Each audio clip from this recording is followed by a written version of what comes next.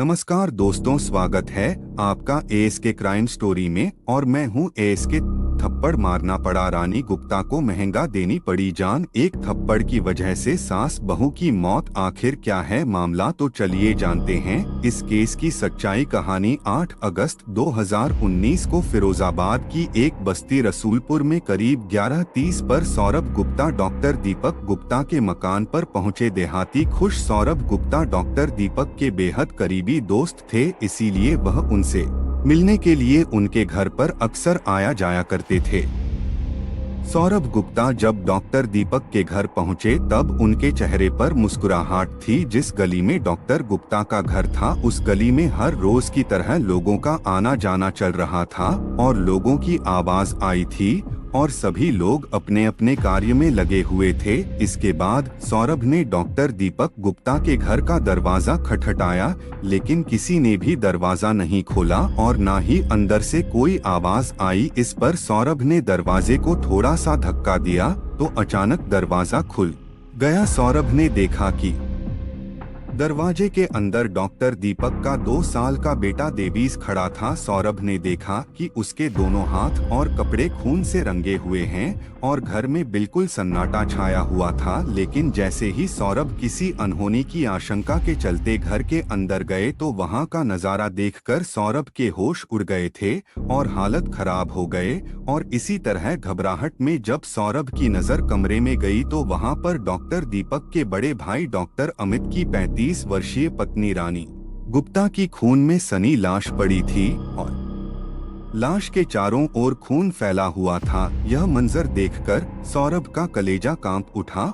और उसके मुंह से चीख निकली। इसी बीच 2 साल का मासूम दिवस घर के दरवाजे से बाहर निकल गया था। डॉक्टर के घर के पास में ही चूड़ी का कारखाना था। उस फैक्ट्री में लोग काम कर रहे थे। चूड़ी के गोदाम पर बैठे रामू गुप्ता की नजर पड़ी तो उसके हाथों और कपड़े पर खून को देखकर उन्हें लगा कि शायद बच्चे को गिरने से चोट लग गई है। उन्होंने देवी को गोद में उठा लिया और चोट तलाशने लगे, लेकिन तभी सौरभ चीखते चिल्लाते हुए घर के बाहर आया। उसके शोर मचाने पर आसपास के लोग भी तुरंत जमा हो गए। डॉक्टर गुप्ता के घर के बाहर लोगों को इकट्ठा किया कि शायद बदमाश हत्या करने के बाद छत पर पीछे के रास्ते से फरार हो गए हो। और यह घर डॉक्टर गुप्ता का पुश्तैनी मकान था, जहां उनके तीसरे नंबर के भाई दीपक गुप्ता अपनी पत्नी दीप्ति गुप्ता और बेटे के साथ तथा दूसरे नंबर के भाई अमित गुप्ता और उनकी पत्नी रानी तथा मां शिवदे के साथ रहते थे,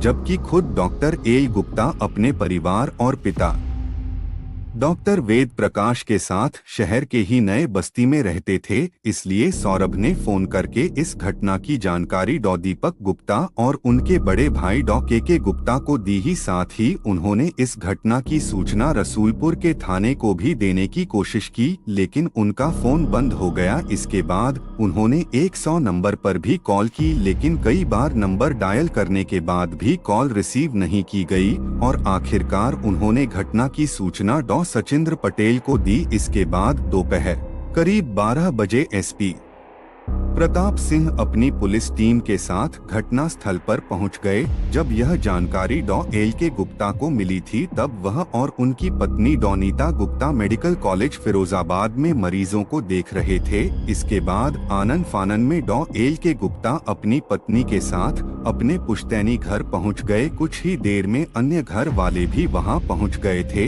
इसके बाद पुलिस ने घटना स्थल को सील कर दिया ताकि सबूतों से किसी तरह की कोई छेड़छाड़ न की जा सके। घटना स्थल पर लोगों की भारी भीड़ को देखकर किसी अनहोनी की आशंका में पुलिस अधिकारियों को फिरोजाबाद के थानों के अलावा जिले के अन्य थानों से भी फोर्स बुलानी पड़ी और फिर फॉरेंसिक डिपार्टमेंट के डॉक्टर अरुण कुमार सिंह ने संजय वर्मा के साथ मिलकर घटना स्थल पर पहुंचने के बाद पुलिस अधिकारियों ने दोनों शवों की जांच की तो पता चला कि दोनों महिलाओं की हत्या बड़ी बेरहमी से गला रेत कर की गई थी। रानी का शव कमरे में पड़ा था। उसके शव के पास ही एक हथौड़ा और एक चाकू भी पड़ा था। रानी के पैरों के पास ही उसकी सास शिव देवी का शव उनके पैर के पास कमरे में ही पड़ा था। जांच के दौरान यह बात भी सामने आई कि खुद को मारने से बचाने के लिए सास और बहू ने काफी संघर्ष किया था, क्योंकि उन दोनों के गले कटने के साथ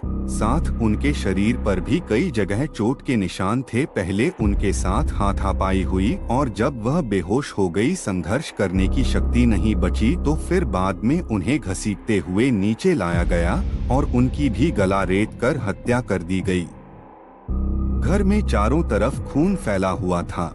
नीचे वाले कमरे में पलंग के पास रखी अलमारी भी खुली हुई थी और सारा सामान टूटा हुआ था। मकान के ऊपरी हिस्से में स्थानांतरित के बाएं तरफ वाले कमरे में रखी गई अलमारी भी टूटी हुई थी और उसका भी सामान बिखरा हुआ था, लेकिन दूसरे कमरे में रखी गई अलमारी का केवल हैंडल ही टूटा हुआ था और इसका मतलब यह था कि इस अलमारी को भी देखने का प्रयास किया गया था, लेकिन हत्यारा सफल नहीं हो पाया था। इसके बाद फोरेंसिक टीम ने अलमारी तथा अन्य स्थानों से जुर्म के अन्य सबूत जुटाए। घर वालों ने बताया कि मकान के ऊपरी हिस्से में छोटा भाई दीपक गुप्ता, जबकि निचले हिस्से में दूसरे नंबर का भाई अमित गुप्ता अपनी पत्नी रानी, बेटी रिया और बेटे ईशु के साथ घटना के समय दीपक के बेटे दिवित को छोड़कर बाकी सभी बच्चे स्कूल गए थे। इस घटना के बाद सभी बच्चों को स्कूल से बुलाया गया था। हालांकि पुलिस थाना घटना स्थल से कुछ ही दूरी पर था, लेकिन फिर भी पुलिस घंटों बाद पहुंची और फिर भी हत्यारों का सुराग तलाशने में डॉग स्क्वाड टीम को नहीं बुलाया गया था। इसलिए स्थानीय लोगों ने फोन करके यह बात सदर विधायक मनीष असीजा को बताई थी। 2 बजे आईजी सतीश गणेश अपने साथ डॉग स्क्वाड की टीम लेकर मौके पर पहुंचे, लेकिन उस समय तक तो उस गली के अंदर और घटना स्थल पर सैकड़ों लोग आ गए थे, इसलिए खोजी कुत्ते भी मारने वाले का कोई भी सुराग नहीं दे सके। लोगों के अंदर इस बात को लेकर चिंतित थी कि घटना स्थल से थाना मात्र 300 मीटर की दूरी पर है। इसके बावजूद भी पुलिस सूचना देने के आधे घंटे बाद घटना स्थल पर पहुंची थी। गुस्से में लोगों को भड़कते देख सचिन पटेल ने भरोसा दिलाया कि इस जघन्य हत्याकांड का खुलासा जल्द ही कर दिया जाएगा। यह रसूलपुर थी। 2 बजे आईजी सतीश गणेश अपने साथ डॉग स्क्वाड की टीम लेकर मौके पर पहुंचे, लेकिन उस समय तक तो उस गली के अंदर और घटना स्थल पर सैकड़ों लोग आ गए थे, इसलिए खोजी कुत्ते भी मारने वाले का कोई भी सुराग नहीं दे सके। लोगों के अंदर इस बात को लेकर चिंतित थी कि घटना स्थल से थाना मात्र 300 मीटर की दूरी पर है। इसके बावजूद भी पुलिस सूचना देने के आधे घंटे बाद घटना स्थल पर पहुंची थी। गुस्से में लोगों को भड़कते देख सचिन पटेल ने भरोसा दिलाया कि इस जघन्य हत्याकांड का खुलासा जल्द ही कर दिया जाएगा। यह रसूलपुर थाना क्षेत्र का मामला है, जिसमें हम लोगों को करीब 11 सवा के आसपास सूचना मिली थी कि 2 महिलाओं की हत्या हो गई है। घटना स्थल पर हम लोग जब पहुंचे तो उसमें एक बुजुर्ग महिला और उनकी बहू, इन 2 लोगों की डेड बॉडी थी। संभवतः धारदार हथियार से उनकी हत्या की गई है। इस पूरी घटना में हम लोगों को महत्वपूर्ण सुराग मिले हैं और हमको उम्मीद है कि लोगों की गिरफ्तारी भी होगी। डॉग स्क्वाड और फोरेंसिक टीम की जांच पूरी हो जाने के बाद पुलिस ने उन दोनों शवों को पोस्टमार्टम के लिए जिला अस्पताल भेज दिया। सचिन पटेल ने मुजरिमों को पकड़ने के लिए शहर से बाहर जाने वाले स्थान पर नजर रखने का आदेश दिया। इसके बाद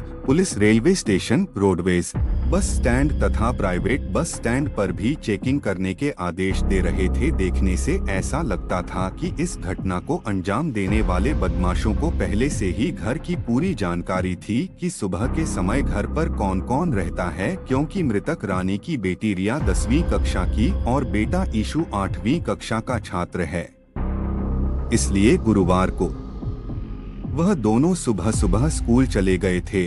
सुबह 9 बजे डॉक्टर दीपक गुप्ता रामनगर स्थित स्वास्थ्य केंद्र पर थे, जबकि रानी गुप्ता के पति अमित गुप्ता दोनों बच्चों का लंच बॉक्स देने के लिए सुबह 9 बजे स्कूल चले गए थे। फिर वहां से वह भी अपनी फिटनेस लैब चले गए थे।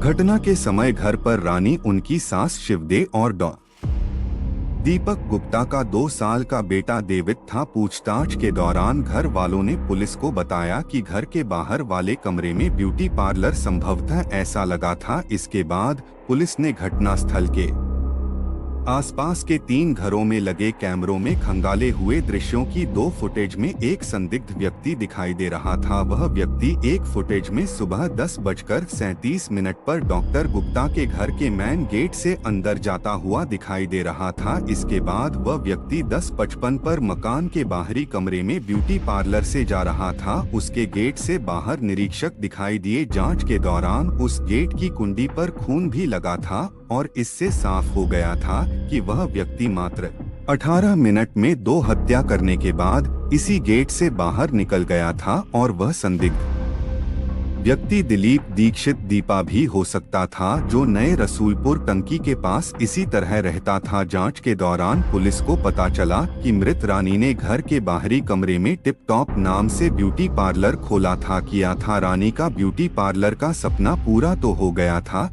लेकिन उसके 2 दिन बाद ही किसी क्रूर हत्यारे ने उसे मौत के घाट उतार दिया था। इधर मासूम डेविड को डॉक्टर दीप्ति अपनी जेठानी के पास छोड़कर अपनी ड्यूटी पर चली जाती थी, इसलिए उस दिन वह अपनी दादी और ताई के साथ खेलता और उन्हें हंसाता रहता था। लेकिन इस घटना के बाद 2 साल का मासूम डेविड बेहद उदास हो गया था।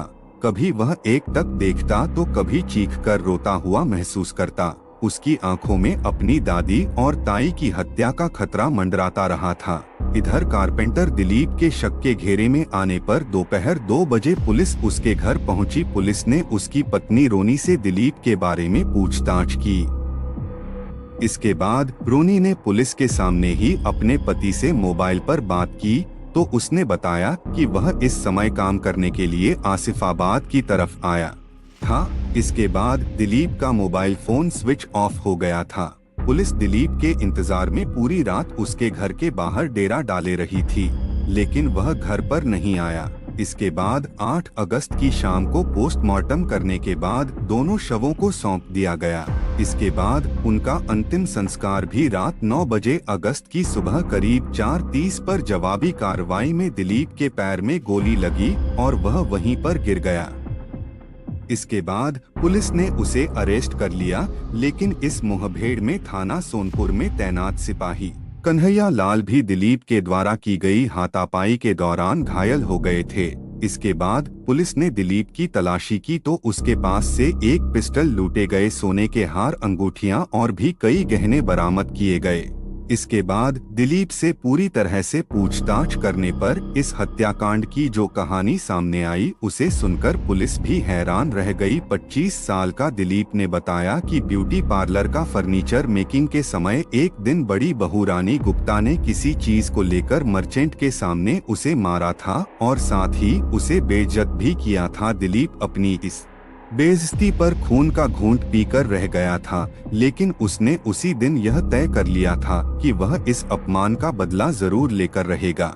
मेरी हथौड़ी रह गई है, मैं उसे लेने के लिए आया था। इस पर रानी ने कहा कि देख लो तुम्हारी हथौड़ी कहाँ पर रह गई थी। इसके बाद वह रानी के पीछे पीछे कमरे में चला गया और अपने साथ चाकू लेकर आया था। उसने रानी गुप्ता का गला रेत दिया और उसकी चीख शिव देवी को सुनाई पड़ी। ऊपरी मंजिल से नीचे आ रही थी। उसने यह दृश्य देखा तो उसने बहू को बचाने के लिए शोर मचाने की कोशिश की। इसके बाद दिलीप ने शिव देवी का भी गला रेत कर उनकी हत्या कर दी थी। 2 साल का मासूम डेविड भी वहीं पर था, लेकिन उस पर दिलीप को प्यार हो गया था। क्योंकि वह मासूम था इसलिए उसने उसे जिंदा छोड़ दिया। इसके बाद उगदी और गहने चुराए और फिर ब्यूटी पार्लर वाले कमरे के गेट से बाहर निकालकर हत्या के समय सास और बहू द्वारा अपने बचाव के लिए किए गए संघर्ष के दौरान दिलीप के हाथ की एक उंगली भी काट दी गई थी।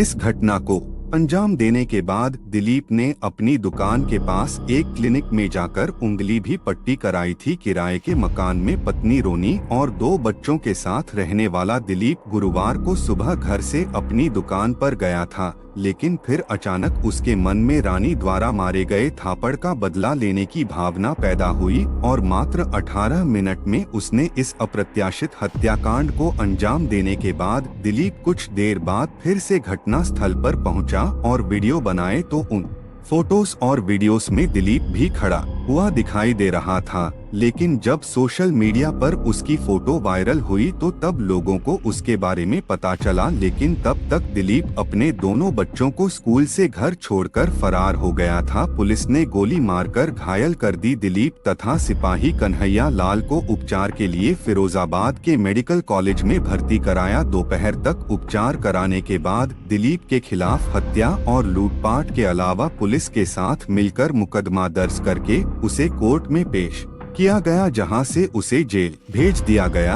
और इस तरह बदले की आग में दिलीप ने यह कदम उठाया था कि उसने रानी से बेइज्जती का बदला लेने के लिए रानी गुप्ता और उसकी सास शिवदेवी की बड़ी ही बेरहमी से हत्या कर दी। दिलीप को कत्ल करने से पहले यह भी सोचना चाहिए था कि अगर रानी गुप्ता ने किसी बात से नाराज होकर उसे थप्पड़ मार भी दिया था तो उसको समझना चाहिए था कि वह उम्र में उससे बड़ी है।